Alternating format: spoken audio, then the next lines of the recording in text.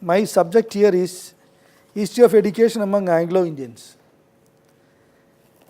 And this is indeed a very dry subject, as I told you earlier.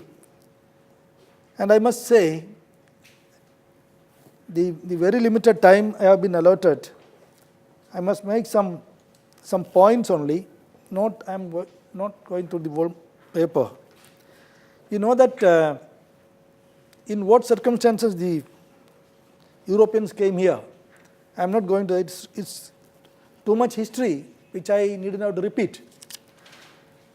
But I must say that when the Portuguese came here in the fag end of 15th century, they actually started their operation in the 16th century, beginning of the 16th century, precisely by the second viceroy, Afonso de Albuquerque. He only encouraged his soldiers to marry Indian women. For that he got permission from the King of Portugal. And this is some clarity which I wanted from Dr. Brian about bastard race. Actually, from the beginning it was not so. And it was not so also later, even though it is an entirely different subject, not touching my subject. Because from the very first fleet of the Portuguese, priests came along with them. And during the time of Afonso Albuquerque, when he got the permission from the King of Portugal to marry Portuguese soldiers, Portuguese men to Indian women, it was always a sacrament. Marriage, sacrament, it was legal weddings. Even during in those times in India, they were not having a formal wedding. It may be man and woman living together, but it was not so about the Christian faith, especially among Catholics, that always it was a sacrament, a marriage, and it was properly recorded. And you get in Goa now with the Vandasa Oriente that the marriage has taken place from the beginning of 16th century. That's a record. So that is for the clarification.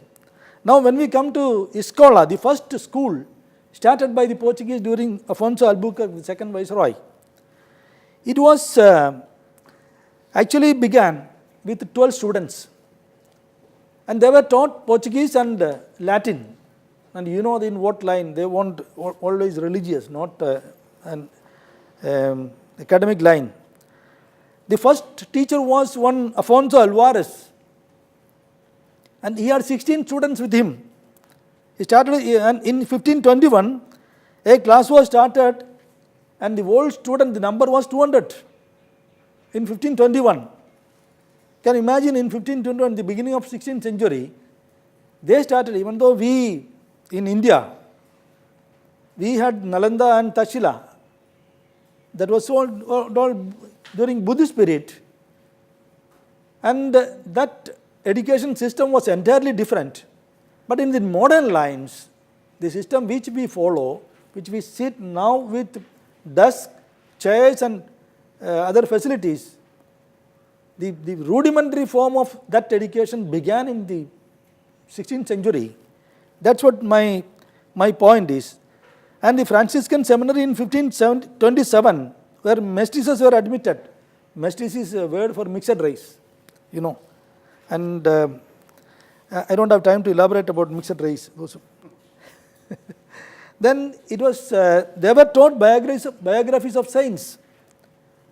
So those were students who came to study first, and that also was on religious lines.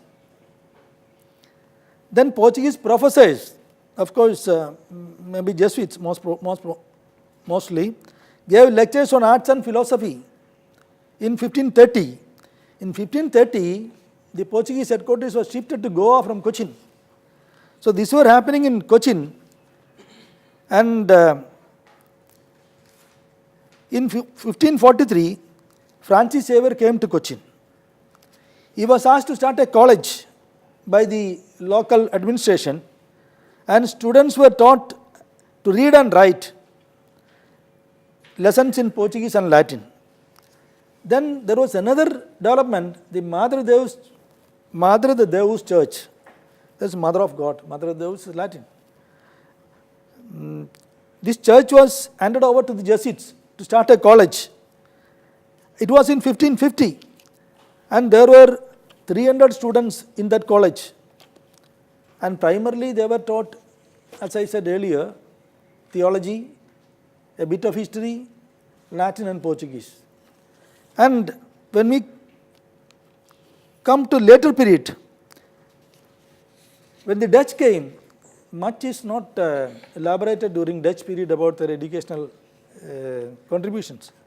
But we can very well assess that even during Dutch period, these religious congregations, both the Jesuits and later period the Carmelites, they continued that legacy of education system in India. And in the early 18th century, even when the Trangabar mission came into existence, the Protestant church, they started schools in the Coromandel coast, that's in Velangani and Trangabar coast. And they continued their schools there in the lines of Jesuits. And now you can very well imagine the Jesuits now with 52 reputed colleges in India and 5 excellent management institutions. Jesuits stops the educational scenario in India. So that it's all started in the beginning of 16th century. And when European descendants played a major role in bringing up these institutions, then you can note the contributions of Archbishop Hubert de Rosario. He was from Calicut, a Salesian. He is no more. I think you might have heard about Archbishop Hubert de Rosario. And he approached the Jesuit general, Father Pedro Arupe, to send Jesuits to Northeast during early 1960s in the 20th century.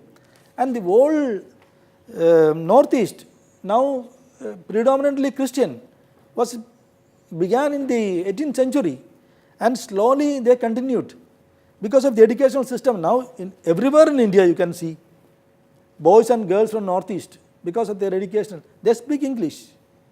That's the main advantage. So wherever they go, they get jobs. Even when I went abroad recently, and even in Gulf countries also, these girls and boys are much in demand because of the very foundation the missionaries started. And coming to South, a school was opened at Fort St. George at Madras during 1645 and 1650 by the missionaries. And even this continued during Dutch period also and the French period. The French of course had a very not very impressive share in the colonial or in the commercial operations. In 1783, the Calcutta Orphan Asylum was opened. In 1787, the female orphan asylum was established in Madras, followed by male asylum. All ranks below field officers contributed to 2 days' pay, and the generals and field officers gave more. All the children were Anglo-Indians. The Madras male and female asylums continued in the 20th century when they were merged into Lawrence Asylum of Ooty and the Civil Orphan Asylum in Madras. Then another aspect I want to point out, you might have heard about Sister Rose de Lima. She was an Anglo-Indian lady from Madras. She was invited by Carmelites to Kerala, and there she was provided a house where the Carmelites asked her to start a school first and college. Now the St. Teresa's congregation, the famous St. Teresa's College in Ernakulam, and 108 institutions all over the world. It's all started by an Anglo-Indian lady. And now, all over India, this particular institution is considered to be the best concerning women's education. And there is another aspect about Archbishop Bernardine Beccinelli. He was the Vicariate Apostle of the Archdiocese of Virapalli. And in 1864, he brought out his famous pastoral letter that every parish should start, along with the parish, a school. In Malayalam it is called Palli Kudam. I don't know, I find some Keralites names, I think they will understand. that with every parish, the parish priest was asked through a pastoral letter to start a school along with them. That it is known along with the church. And this is the basis of the educational advancement of Kerala. Even now,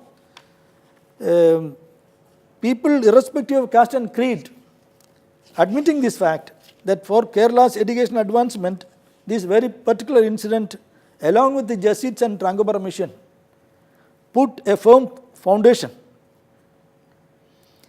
Again, there is a brilliant example of Thomas Parker. I think Dr. Brian will remember Thomas Parker, and now the Christ Church Anglo-Indian Higher Secondary School is the final outcome of this very old establishment, which was established in 1842. Thomas Parker, he, in a very humble beginning, he brought out this school with his own money. He gave his buildings, and now this is a famous school. Then another example is St. George Cathedral School. Then, because of the time,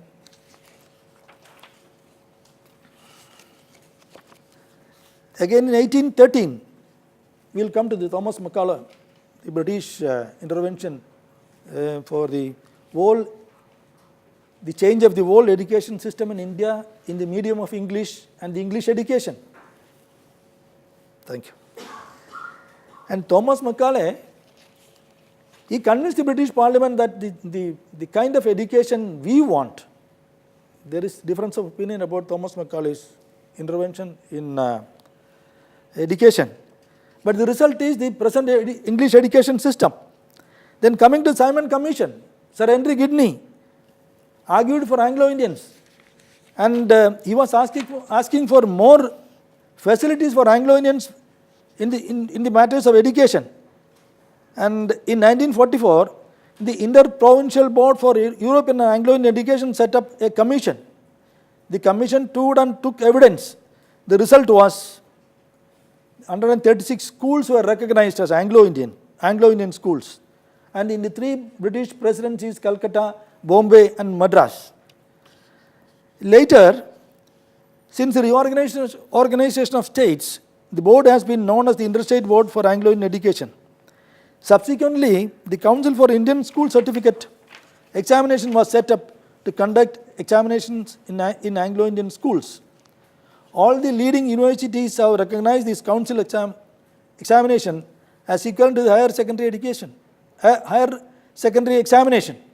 And late Frank Anthony and A.E.T. Barrow, they played a major role in establishing these institutions. Then coming again, Frank Anthony during his time established three reputed schools. The one in Delhi 1959, Calcutta in 1965 and in Bangalore in 1967. These were very bold steps taken during those days because of the courage and vision of late Frank Anthony. Several Anglo-Indians established schools concentrating in areas in Ooty, Yercaud, Dehradun, Shimla, Bangalore, in Bengal, in many places of Bengal, UP, Karnataka, Tamil Nadu, etc. and Kerala. And I am skipping all these because there are so many schools which I need not tell. And I must mention here in Dehradun, the Gardner School, Common Residential and Day School. Then about Mr. David Hilton, All Saints College in Nainital, St. Joseph's College in Nainital, St. Jude's School, Dehradun. And there are so many schools.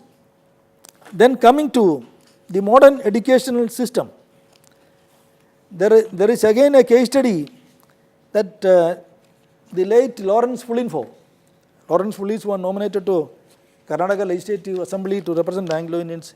He resigned his lucrative job in the excise department and started a small school. Then later his son started a college. Now it is a reputed college in Bangalore, Fulinfo College.